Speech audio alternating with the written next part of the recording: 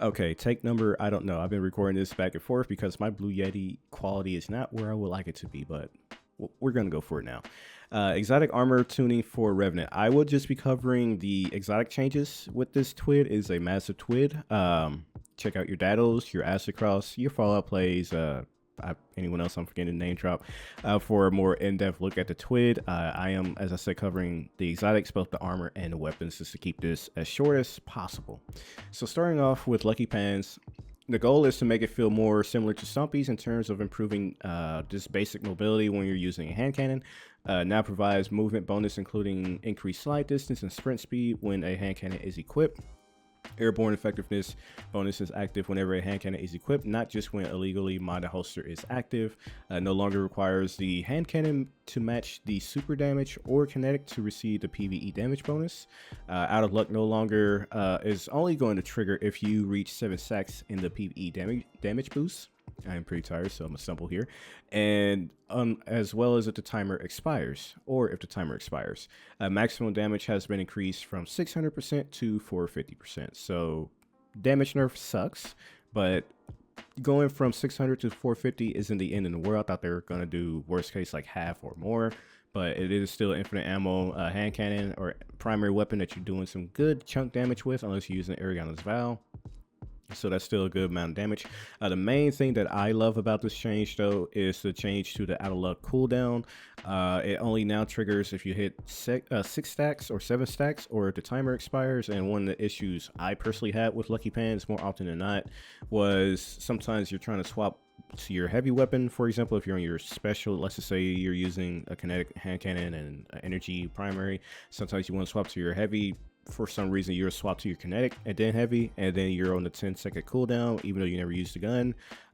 With this change, now you can swap freely if there's any accidental input, or I'm curious to see exactly how this up to 7 stacks work. Like I said, this is a constant activation of the perk up till, you know, that's 7 stacks, or like how exactly is it going to work? But surface level, it sounds like, hey, now I don't have to worry about accidentally locking myself out of the perk and never using it in between shots. So and the restriction removal of matching super damage is always a plus, but personally I always use Warden Law or Malfeasance, but hey, it's a plus nonetheless. If you like Ariana's Vow, you don't have to use Gona Gun. So there you go. Young Ahamkara Spine once again provides Trip Mine Grenade energy on ability hits instead of final blows. Okay, yeah. Okay, now that I reread this, once again provides Trip Mine Grenade energy on ability hits. Thank you. Thank you.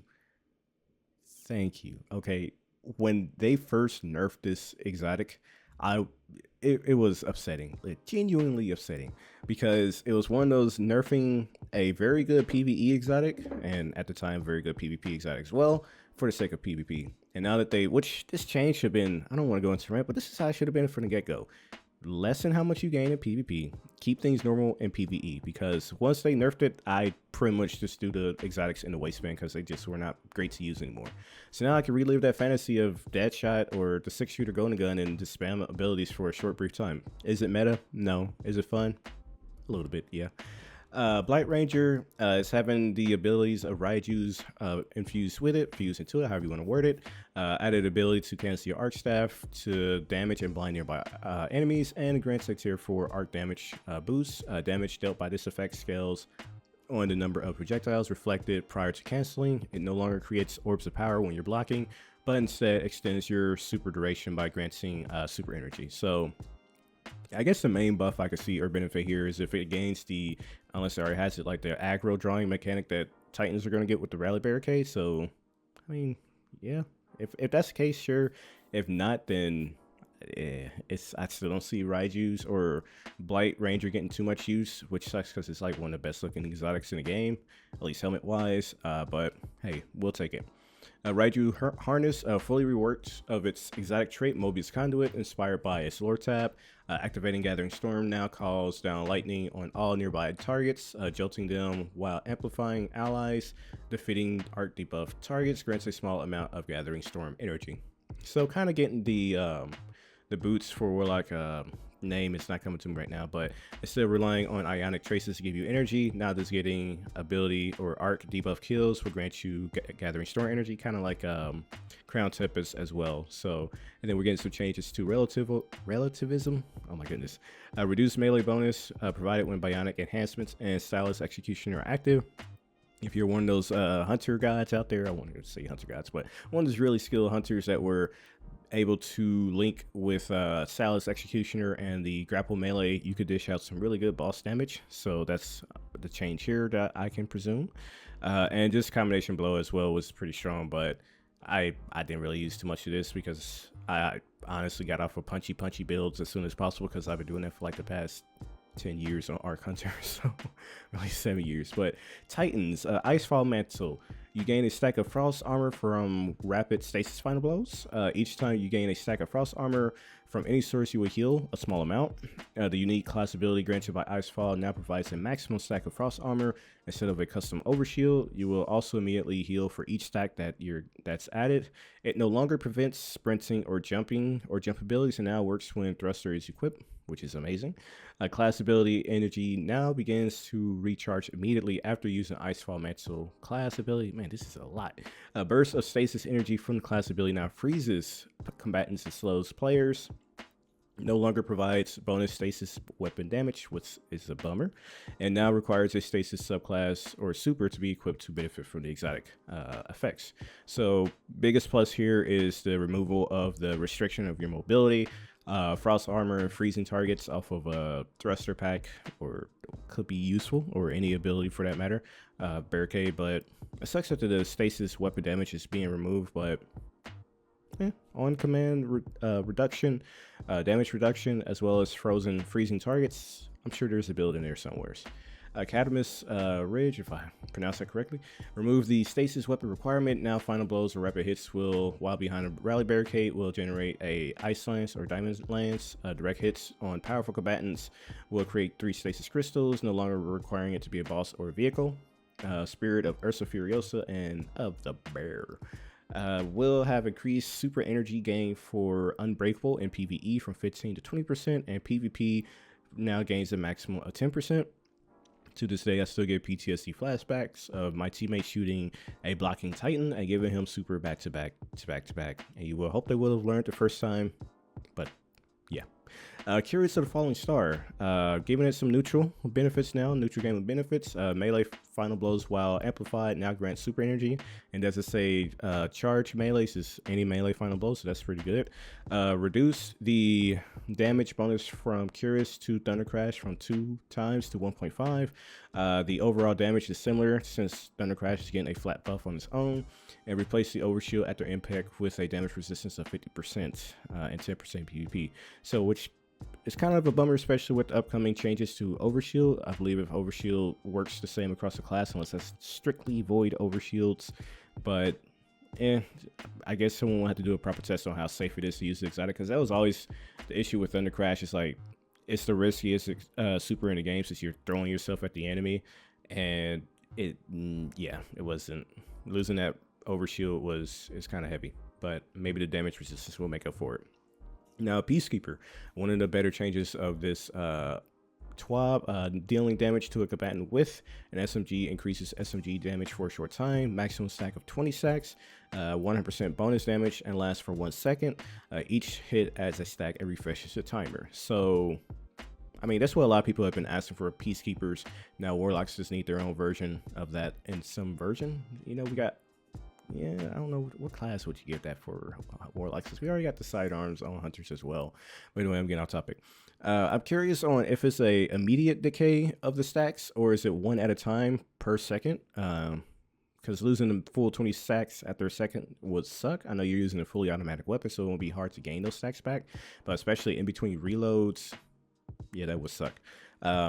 Curious to see it used with Tarrabah, although Tarrabah has its own issues. So, I mean, aside from testing, that could be useful. But Peacekeeper is an amazing change, honestly. Adds more value to PvE by a lot and moves it from strictly being a PvP exotic.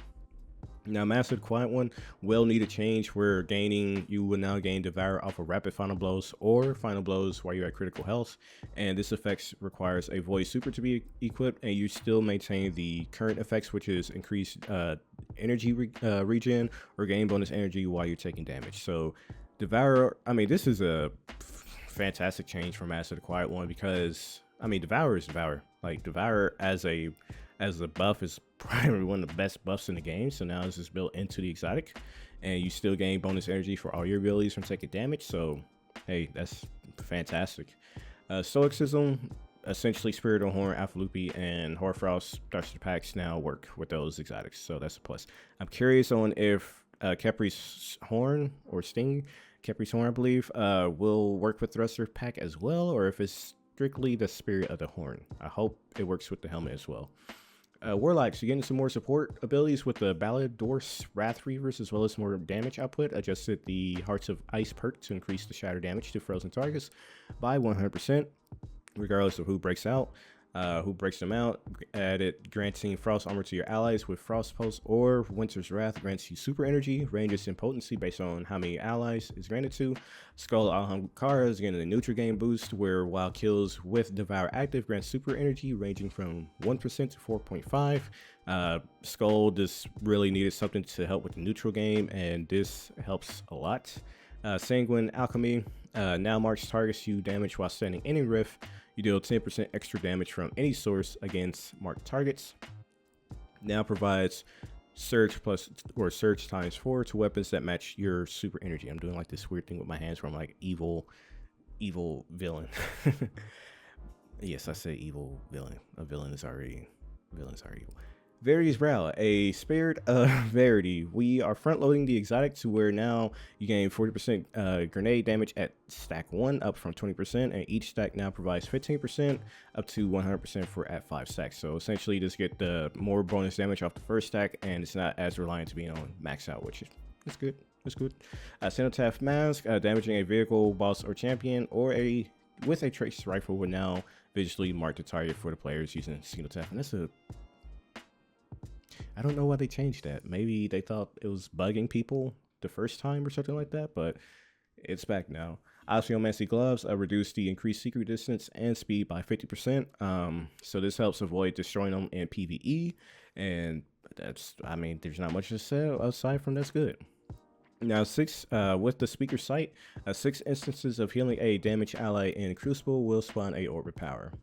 And then with the super damage exotic tuning, they're nerfing the damage that you gain just to bring the damage of supers a bit more in line, as well as to have the more riskier supers deal more damage to warrant that risk. So essentially, from top to bottom, with the most damage to the least, the strongest to the least rather.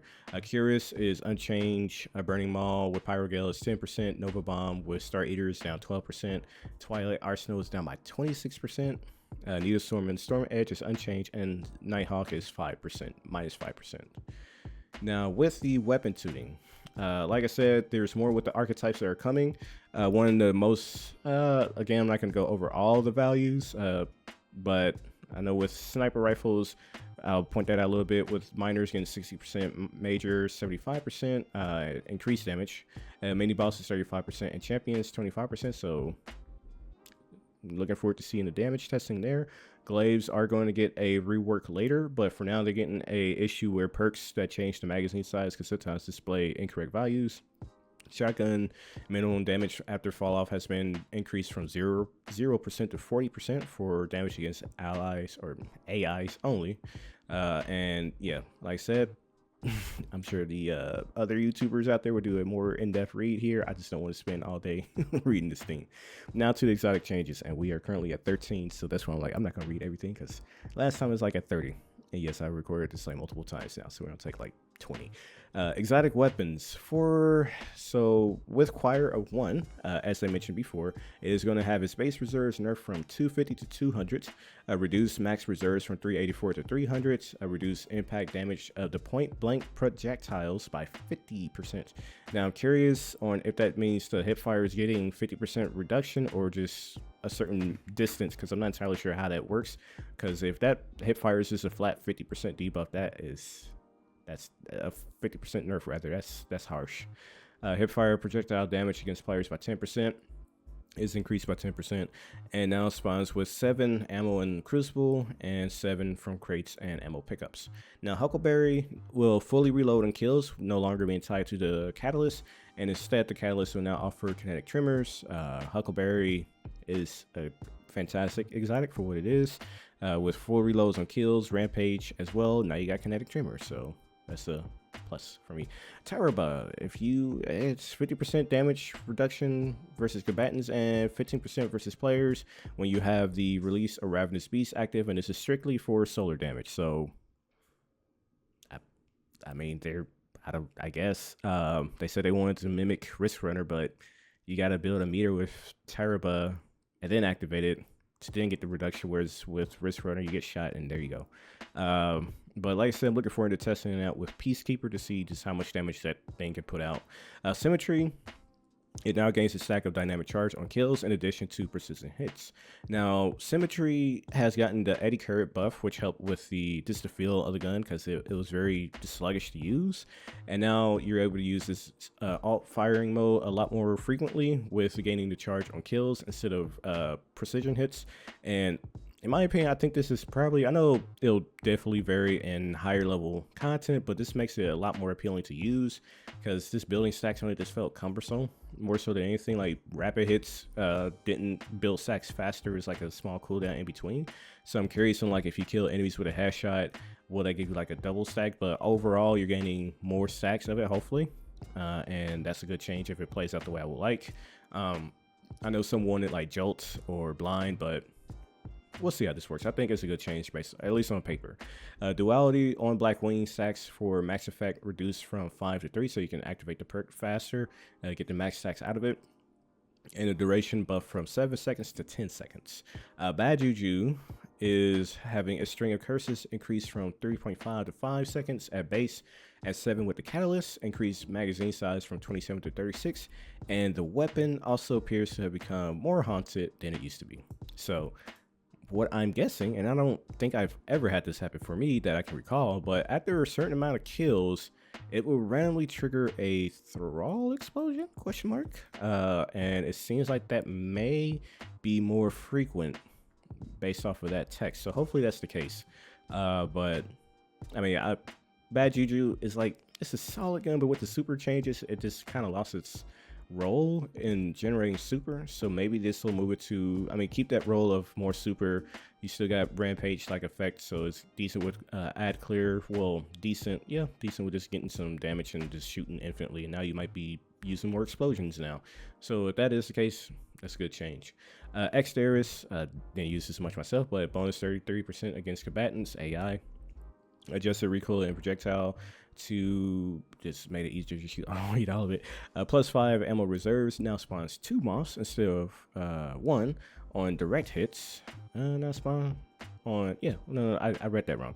Now spawns a moth on 2 direct hits. See, I'm reading far too ahead of myself. I reduced moth cooldown from 4 seconds to 3 seconds, share with the kill trigger. So I know this is more paired with Mothkeeper wraps, but now that you get a spawn moth on 2 hits, I mean, maybe that's it, because I think currently it's only on kills, I believe. So now you get this trigger off of hits, which is great if it blinds enemies as well. So it's been a while since I used this exotic, so I gotta see exactly what it does. But hey, more damage, more moss, can't complain. Fighting Lion now spawns a volatile burst on direct hits. I mean, we'll see how it works in actual action. But hey, free volatile round, so. Well, you can't really, so does this make it inherently, no, probably not. But Prospector is getting a rework. It will now spawn 3 powerful cluster bombs on detonation, dealing a substantially more damage per shot over a much larger area than previously.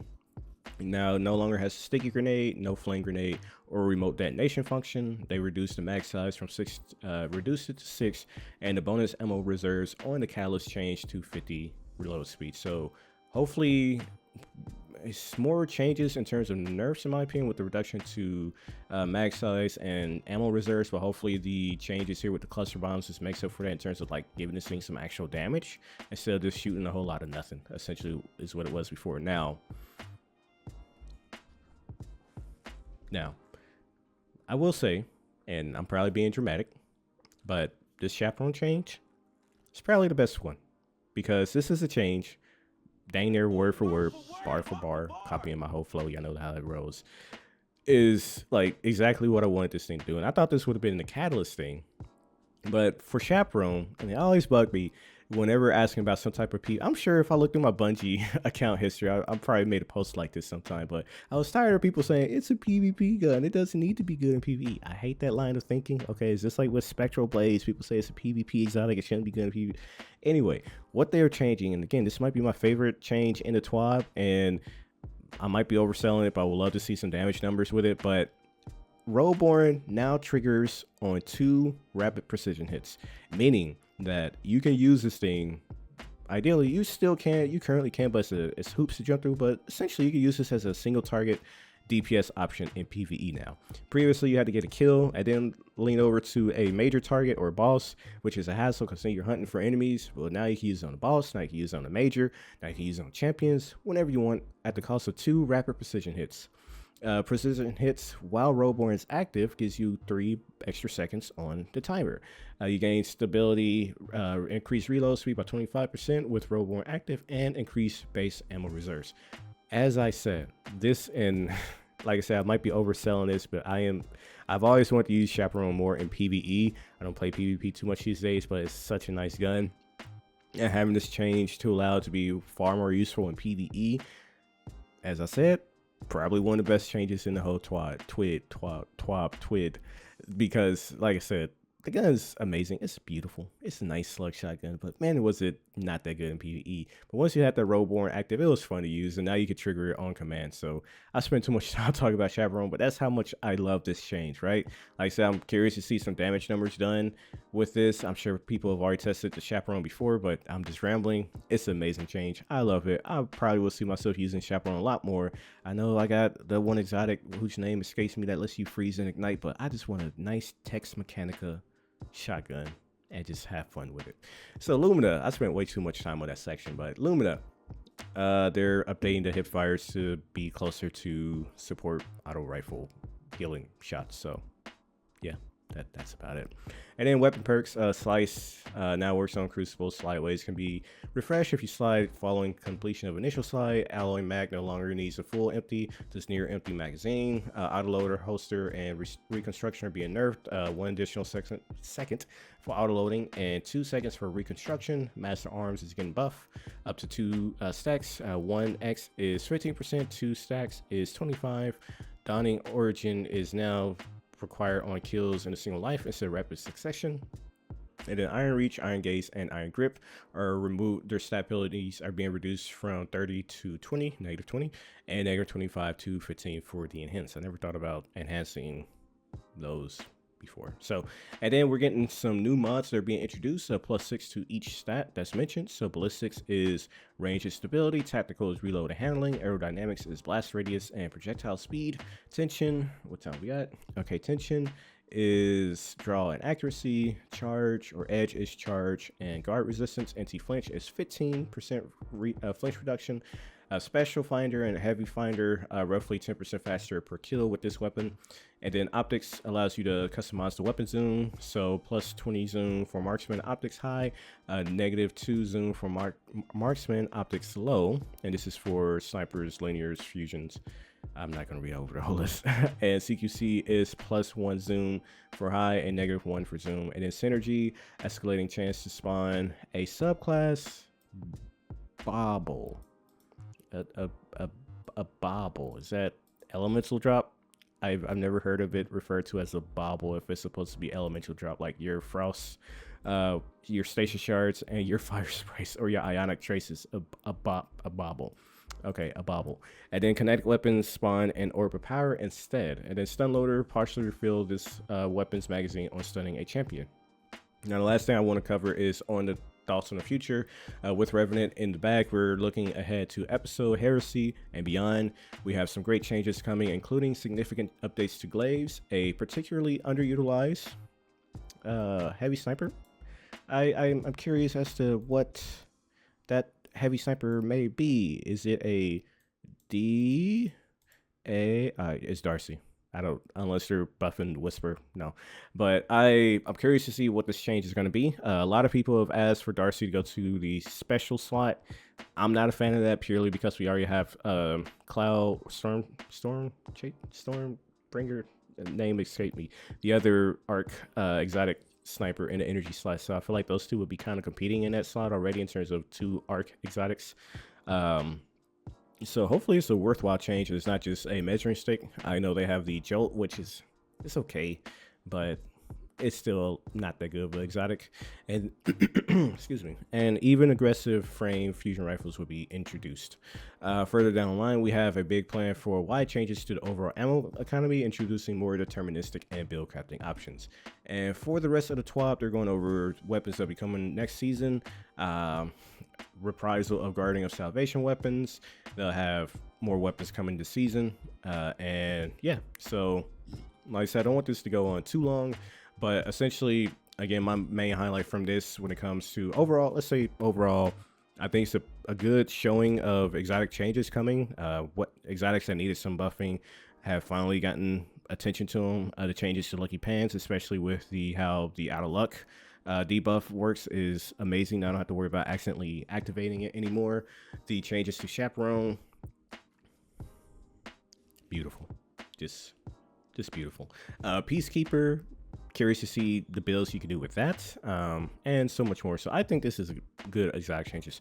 Definitely going to be some changes that I'm going to be looking to trying myself, and I mean, we'll see once things launch next week. So, but if you manage to make it this far into the video, which is, we're at the 26-minute mark, all I can say is thanks. There are, like I said before, a lot of other big YouTubers out there that are covering this information. So if you actually made it through here, listen to me ramble on and still listen to them, I appreciate you. And comment below which changes you're interested in the most. And I'm gonna go ahead and end it here. Hopefully my audio isn't trash like the other previous recording sessions, because that's why I'm here for the option time. So yeah, I'm gonna go ahead and end it here.